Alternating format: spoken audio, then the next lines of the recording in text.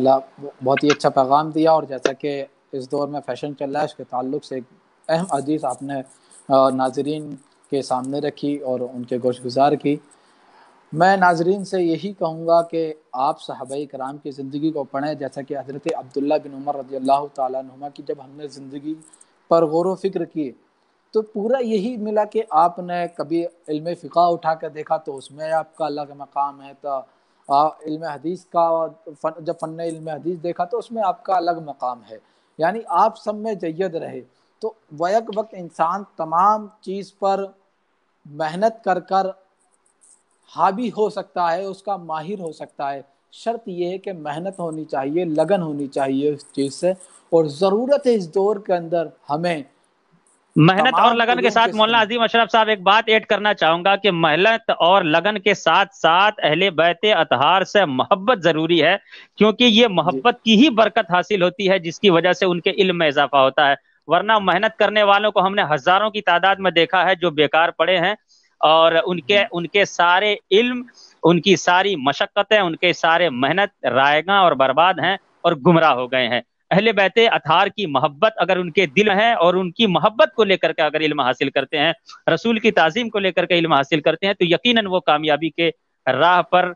گامزن ہوتے ہوئے نظر آئیں گے۔ جی ماشاءاللہ، بہت ہی پیاری بات آپ نے فرمائی مولانا نثار صاحب، کیونکہ ایمان کا جز ہے اور ایمان ایک نور ہے، روشن ہے۔ اگر ان کی محبت اور ان کا ادب نہیں ہوگا تو یقین کرنا ہم کتنی ہی محنت کر لیں، ہم اندھیرے سے، تاریکیوں سے نہیں نکل سکتے۔ تاریکیوں سے، اندھیروں سے نکلنے کے لیے روشنی کا ہونا بہت ضروری ہے، اجالے کا ہونا بہت ضروری ہے، جو کہ اہل بیت کی محبت ہے، کیونکہ ایمان کا جز ہے۔ کل ایمان ان کی محبت کو کہا گیا، مولائے کائنات کو ایمان کہا گیا، کہ اگر ان کی محبت ہے تو کامل ایمان مومن ہو سکتا ہے انسان، نہیں ہے تو پھر تو منافق ہے۔ اب جب ایمان مومن ہے تو روشن ہوگا اور تاریکیوں سے دور ہو جائے گا۔ میں یہی کہنا چاہوں گا کہ آپ اہل بیت کی محبت اور اسلاف کی محبت کو اپنے دل میں بسا کے ان کے ادب و احترام کے ساتھ آپ محنت اور لگن سے تمام علوم کو حاصل کیجئے، کیونکہ اسلام تفکر فی الکائنات کا تصور دینے والا مذہب ہے، دین ہے، جس نے تو پوری دنیا کے اندر غور و فکر کرنے کا ہمیں ذہن دیا ہے، ہمیں فکر دی ہے۔ تو کیونکہ مسائل کا بھی اخذ غور و فکر کے بعد ہی ہوا ہے، جتنے مجتہدین ہیں سب نے اپنا اپنا اجتہاد غور و فکر کیا، اور اس کے بعد ہی تو ہمیں ضرورت ہے کہ تفکر فی الکائنات پر ہم محنت کریں، اور اسلام سے جو امن کا، سکون کا پیغام دیتا ہے اس سے ہم کو لوگوں تک پہنچانا چاہیے اور بتانا چاہیے کہ اسلام کس طرح امن اور پیغام کا اصول دیتا ہے، کیونکہ کبھی کبھی ہم اپنی بات رکھنے میں صحیح نہیں ہوتے، ہماری قوت تفہیم کا بھی کہیں نہ کہیں مسئلہ پڑتا ہے کہ ہم لوگوں کو بات نہیں سمجھا پاتے۔ بات یہ ہو جاتی کہ ہم تو گئے تھے لیکن وہ نہیں مانا۔